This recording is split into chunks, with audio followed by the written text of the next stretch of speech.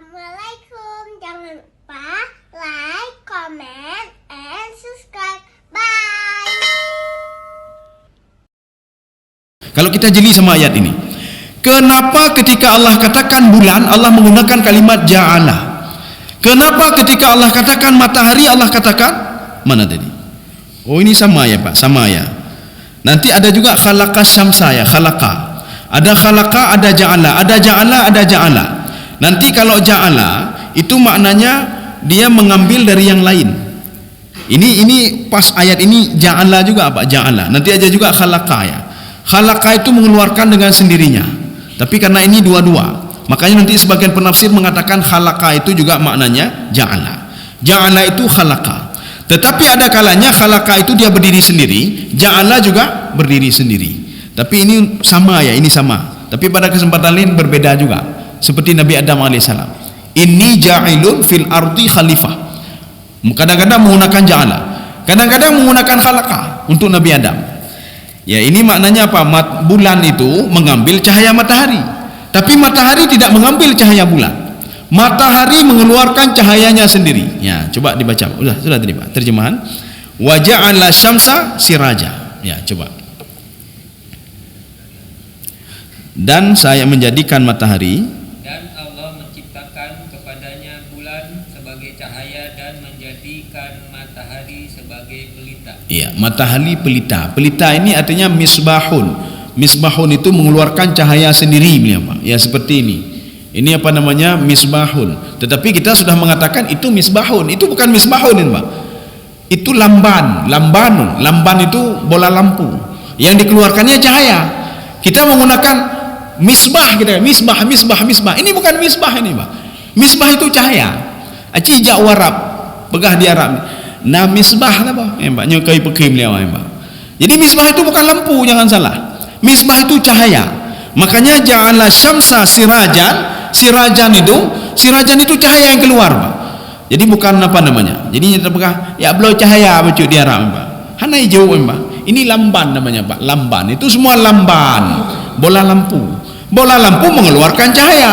Maka karena sudah terbiasa kita bilang misbahun, cahaya ya Pak, misbah. Ini begitu juga. Wa ja'ala syamsa siraja. Matahari itu mengeluarkan cahayanya sendiri, kata Allah Subhanahu wa taala. Mudhi'an. Jadi wahwa aqwa min nuri syamsi. Cahaya dia lebih kuat dibandingkan cahaya bulan. Kenapa? Karena bulan mengambil cahaya matahari dan matahari tidak mengambil cahaya bulan. Tetapi uniknya, nanti kedua makhluk Allah ini dua-dua akan dilenyapkan oleh Allah dengan dihilangkan cahayanya, Pak. Dihilangkan cahayanya. Kemana cahayanya? Jadi cahaya bulan itu hilang karena Allah mengambil cahaya matahari. Ya, nih, Pak. Jadi makanya panasnya sudah tidak ada lagi. Di dalam satu tafsir, ini dua-dua ini akan diadu oleh Allah. Jumi'a syamsu wal qamar. Dalam satu tafsir lagi, zahaba dawuhuma. Cahayanya memang hilang dua-dua. Kenapa? Karena dua makhluk Allah ini akan dimasukkan ke dalam air, Pak. Ya, dimasukkan ke dalam air. Jadi air, kita jangan terpikir air itu di bumi ini saja, tidak. Bumi ini kan kecil, Pak, kalau dibandingkan matahari. Kalau dimasukkan ke dalam air, berarti bukan bumi ini, berarti ada air yang lain lagi, berarti, Pak. Ada tempat yang lain lagi. Makanya dalam tafsir Al-Baghawi apa kata beliau? Ketika Allah berfirman, Alhamdulillahi Rabbil Alamin, Allah yang mengatur alam ini. Kita jangan terpikir alam bumi ini saja. Ini bumi bagian daripada alam. Imam Al-Baghawi mengatakan ada 1000 alam yang diatur oleh Allah Subhanahu wa taala. Itu dalam perspektif Imam Al-Baghawi. Dalam ilmu Imam Al-Baghawi, ya, Pak. Kan beliau kan tidak tahu, mungkin ada lagi tempat lain, Pak, yang tidak diketahui oleh manusia. Beliau mengatakan 600 alam itu adalah basah. 400 alam itu kering, termasuk tempat yang kita tinggal sekarang ini, Pak. Tempatnya keringnya. Ini hanya bagian daripada 400 ciptaan Allah Subhanahu wa taala. Jadi banyak sekali. Jadi ada guna apa? Tidak ada guna kita bangga di bumi ini. Saya hebat sekali. Hebat di bumi yang kecil sekali ini, Pak. Ya. Kecuali kita hebat di dunia ini. Ini hebat di bumi yang kecil ini. Mau nggak hebat di dunia ini, Pak? Kalau mau hebat di dunia ini, buatlah kebaikan, Pak. Dengan kita buat kebaikan, kita akan dikenal oleh para malaikat, Pak. Malaikat akan mengenal kita. Semua malaikat langit, Pak. Malaikat langit, tidak ada satu malaikat pun yang tidak mengenal kita, Pak. Kalau kita berbuat baik, ya. Tapi kalau kita berbuat jahat, tidak ada satu malaikat pun yang tidak mengenal kita kalau kita itu pembuat jahat dan maksiat, Pak. Maka hanai perumuan ya, Pak. Allah tipulan hanai perumuan, Pak. Makanya ketika roh orang yang beriman itu meninggal dunia, maka malaikat itu imerepah. Inilah yang Allah katakan kepada Nabi Muhammad, ya Muhammad, kamu tahu nggak apa yang diperebutkan oleh malaikat di langit? Tidak, kata Rasulullah. Yang diperebutkan oleh mereka adalah roh orang yang beriman. Ketika mau meninggal dunia, rohnya itu mau naik ke atas, itu malaikat semua turun, Pak. Biar saya saja, biar saya saja. Kenapa? Karena kita dikenal, Pak. Dikenal oleh para malaikat. Ya. Tapi kalau kita buat maksiat, mungkin ituri dan malaikat. Nah, ituri, Pak. Ituri sebagai pembuat maksiat. Ya. Kita lanjut. Ini penelitian. Artinya apa? Allah menyuruh kita meneliti. Coba lihat bulan itu, coba lihat matahari itu. Yang begitu hebatnya dua makhluk Allah itu. Coba kamu teliti, kenapa dia kadang-kadang dia terbit sebelah timur, terbenam sebelah barat. Kadang-kadang tidak pernah ketemu. Kullum fi falaki yasbahun. Tidak pernah mereka ketemu. Hanya ketemu bulan bintang, bulan sama matahari. Dan tidak pernah mereka itu saling mendahului satu sama lainnya. Sehingga matahari mengatakan, saya sudah capek sekali ya Allah di pagi hari. Saya di malam hari sekali-sekali boleh enggak? Tidak pernah juga. Dia patuh kepada Allah Subhanahu wa taala. Coba kamu teliti itu, kata Allah, Pak. Makanya inilah yang membuat Numrud marah kepada Nabi Ibrahim alaihissalam. Nabi Ibrahim hanya ketua pegadle, Pak. Nabi Ibrahim. Ketika Nabi Ibrahim mengatakan Allahu yuhyi wa yumit, Allah menghidupkan dan mematikan. Dijawab oleh Numrud, ana uhyi wa umit. Sayalah yang menghidupkan mematikan. Coba lihat, ada dua tahanan, satu saya bunuh, satu saya biarkan. Saya Tuhan, katanya Numrud. Nabi Ibrahim tidak kehabisan akal, Pak. Apa kata Nabi Ibrahim? Allah menerbitkan matahari dari timur, sekarang terbitkan dari barat. Lihat, Pak. Fabuhital ladzi kafar. Mereka tidak sanggup apa-apa lagi. Ini susah nih, Pak, susah. Jadi makanya sebenarnya Numrud tahu ya, Numrud tahu. Dia bukan Tuhan, dia tahu, Pak. Tetapi karena sifat dengki ya, sifat dengki, sifat takabur yang ada di dalam hati dia membuat dia seperti itu. Sebenarnya takabur itu muncul dari dengki, Pak. Kalau kita melihat teorinya Imam Al-Ghazali, Pak. Makanya hilangkan dengki dulu, insya Allah takabur hana. Kenapa iblis takabur? Karena dia dengki pertama sekali dengan Nabi Adam alaihissalam. Maka kalau ada orang dengki sama orang lain tidak jauh beda seperti iblis dan syaitan. Kalau ada orang takabur, maka dia itu sifat dengki memang sudah ada dalam hati dia. Bagaimana cara hilangkan? Hilangkan dulu sifat dengki itu. Karena sifat ini, takabur itu yang ba'ithu minal hasad. Dia muncul itu dari sifat-sifat dengki. Ini disuruh teliti, Pak. Coba kamu lihat, kata Allah. Coba lihat itu matahari. Coba kamu tahan matahari boleh juga. Kamu tahan bulan boleh juga. Artinya apa? Ada zat yang mengatur matahari dan bulan. Ada apa? Suatu waktu muncul matahari, suatu waktu tidak muncul bulan. Ada satu waktu dua-dua tidak muncul, Pak. Dua-dua tidak, kadang maksud tidak muncul apa? Tidak ada cahaya di malam hari. Waktu gerhana ya, Pak. Atau di pagi hari begitu juga. Ya. Coba kalian itu menyusun strategi supaya bulan itu seperti ini, matahari seperti ini. Tidak bisa, kata Allah. Maknanya kalian yakin secara ilmu pengetahuan, kata Allah. Maka gunakanlah otakmu, kata Allah. Sekarang kita lanjut. Wallahu ambatakum minal ardi nabata. Coba diterjemahkan lagi, Pak. Dan Allah menumbuhkan kamu dari tanah dengan Saya sebaik-baiknya. minta terjemahan lain, Pak. Ada terjemahan lain? Itu agak apa? Ada? Nah, terjemahan sama? Coba dibaca.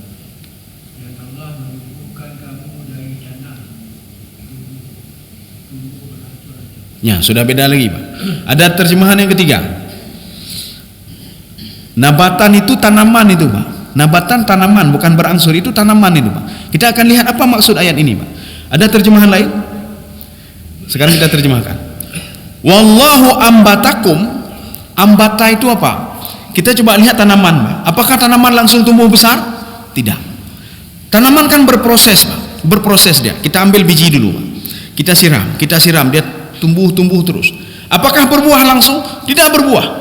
Kapan dia berbuah? Setelah pada masanya dia berbuah. Ya. Apakah dia tumbuh begitu saja? Tidak. Dia akan mati tumbuhan itu. Coba lihat, ada tumbuhan yang apa namanya? Tidak mati-mati. Dari dulu tidak mati-mati. Tumbuhan itu setelah tumbuh, kata Allah, kemudian dia akan mati, Pak. Ada masanya. Ya. Ini penggunaan ini isti'arah namanya. Di dalam kajian balaghah ini isti'arah namanya. Contoh lain. pemuda itu mengaung di tengah lapangan. Mengaung adalah sifatnya harimau. Di sini seorang penulis ingin mengatakan si fulan itu sangat berani sekali sehingga dia seperti harimau yang mengaung di tengah lapangan, mengaung, Pak. Atau singa itu sedang berbicara di podium. Ini kalimat istiarah namanya, peminjaman kata. Allah ingin mengatakan, wahai manusia, saya ciptakan kamu itu dari yang tidak ada menjadi ada, kemudian proses di dalam kandungan, kemudian kamu lahir, kemudian kamu saya besarkan, kemudian saya matikan kamu, sama seperti tumbuh-tumbuhan, kata Allah. Yang saya tumbuhkan dia itu, kemudian dia besar, setelah dia besar memberikan manfaat, setelah manfaat dia akan mati, kata Allah. Maka sekarang manfaatkanlah, ketika masih ada buah-buahan, manfaatkanlah, berikanlah untuk orang lain sebelum kamu mati. Kalau kamu mati tidak ada guna buah-buahan lagi, Pak. Boh kalai hanai le orang bajah, Pak. Semasa masih bisa dimanfaatkan oleh orang lain, berikanlah kepada orang lain. Ya, ini maksud wallahu ambatakum minal ardi nabata. Jadi artinya kamu itu dengan proses sama seperti tumbuhan. Ini ada dua kalimat yang berbeda nih, Pak. Maka kalau di dalam terjemahan itu tidak mau dibedakan, ya, Pak. Ini ada dua kalimat yang berbeda sehingga namanya isti'arah, peminjaman kata. Tidak ada Allah kalau kita buat dalam kalimat ambata itu apa? Berasal dari kalimat nabat. Nabat itu tumbuh-tumbuhan. Sebenarnya ambatakum ini Allah menumbuhkan tanaman-tanaman, tetapi Allah ingin mengatakan dalam bentuk kalimat isti'arah. Kamu itu belum ada, kemudian ada setetes air yang hina, kemudian proses, lahir ke dunia ini kamu jadi orang hebat, kata Allah, jadi orang hebat. Kamu punya harta, kamu punya jabatan, setelah itu jabatan tidak ada lagi, semua tidak ada lagi, kamu meninggal dunia. Begitulah tumbuh-tumbuhan. Tumbuh-tumbuhan itu dari yang tidak ada, biji-bijian yang mati, bijian mati itu, Pak. Kita simpan sudah bertahun-tahun kita simpan.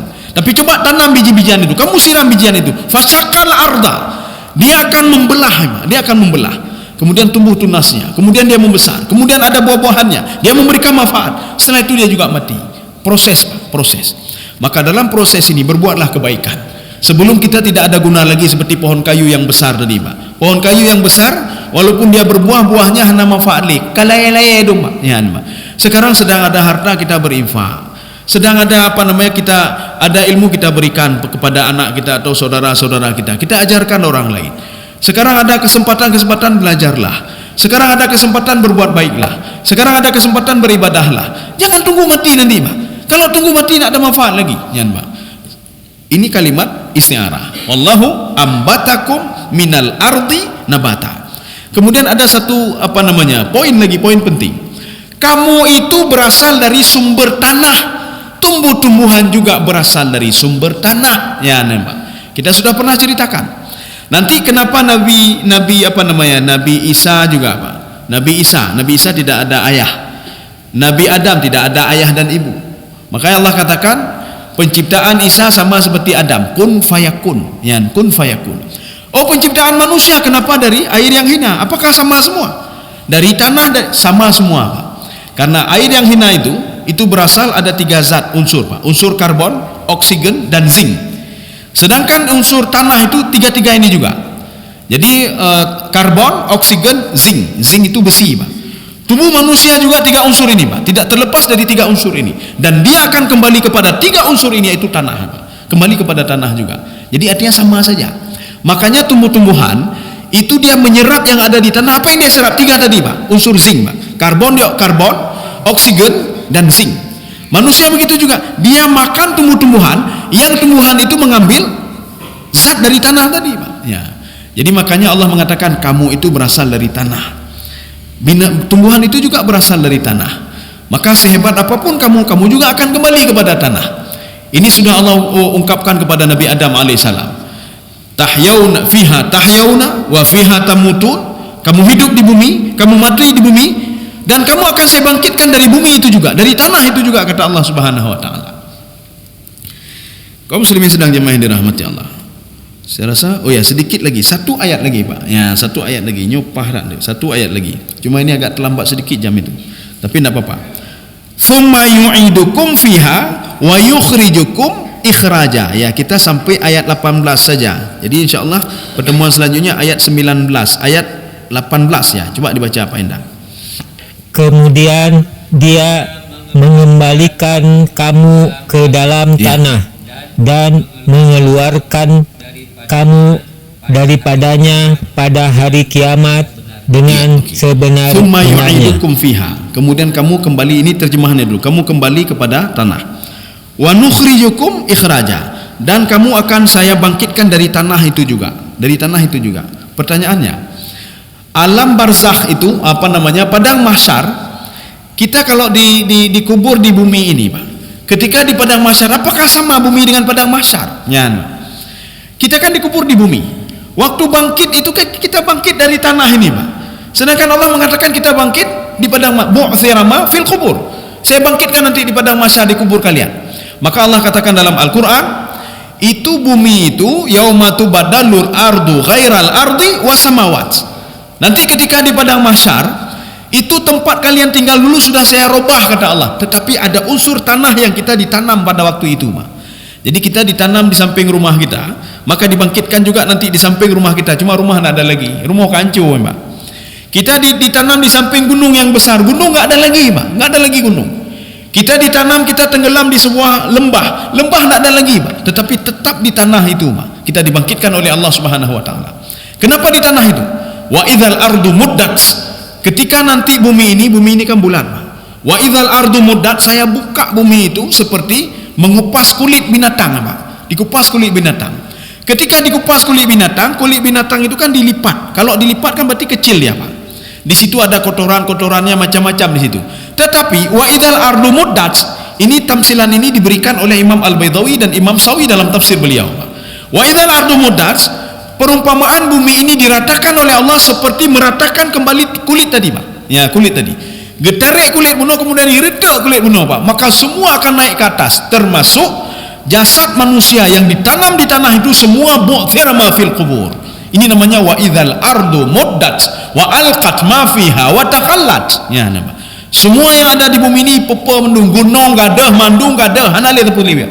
Jadi makanya padang mahsyar itu adalah bahagian dari padang mahsyar adalah bumi yang kita tinggal ini, Pak. Bumi yang kita tinggal ini. Tetapi bedanya apa? Kata Imam Ibnu Abbas dalam tafsir beliau, itu seperti fiddatun bayda. Jadi padang mahsyar itu fiddah. Fiddah itu perak yang putih, putih semuanya, Pak. Tidak ada hijau, tidak ada hana hijau, Pak. Tak kala nyo kuning, hana le kuning, Pak. Tiang ada, tiang tidak ada apa-apa lagi. Semua baydaun, dia nampak semua. Ini anak saya, semua dia nampak, Pak. Semua dia nampak. Walaupun begini, kita akan ketemu dengan Nabi Muhammad SAW walaupun cuma sebentar saja di padang mahsyar.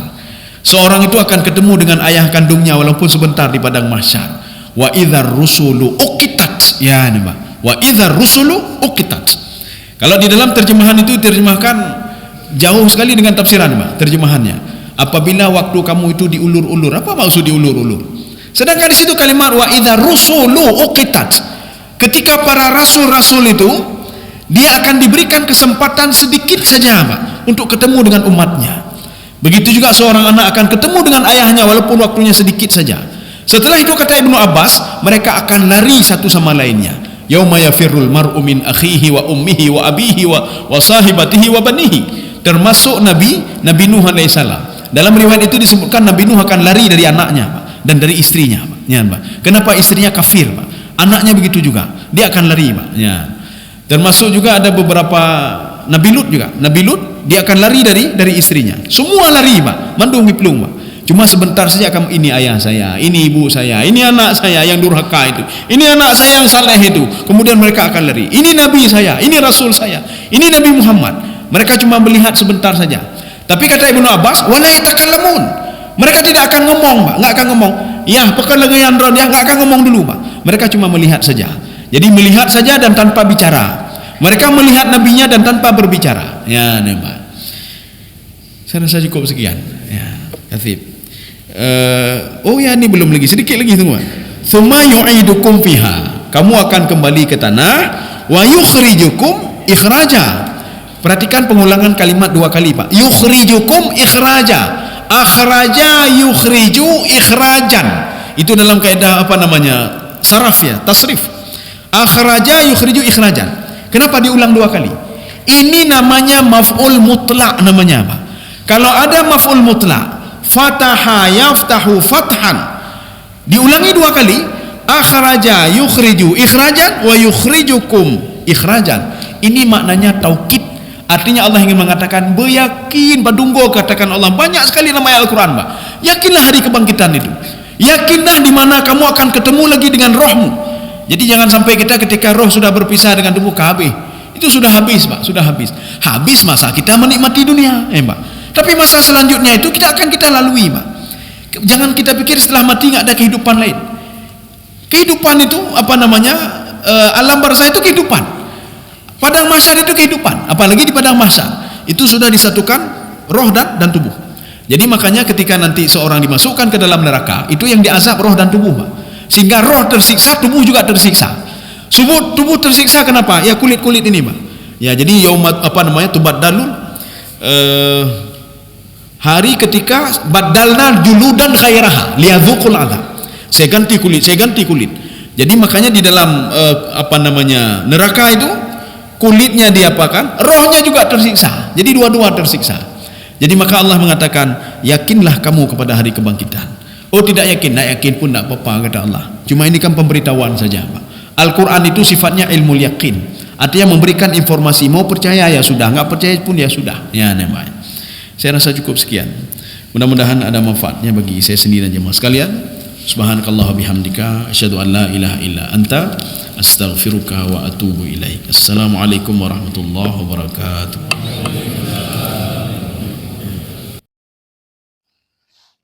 Terima kasih.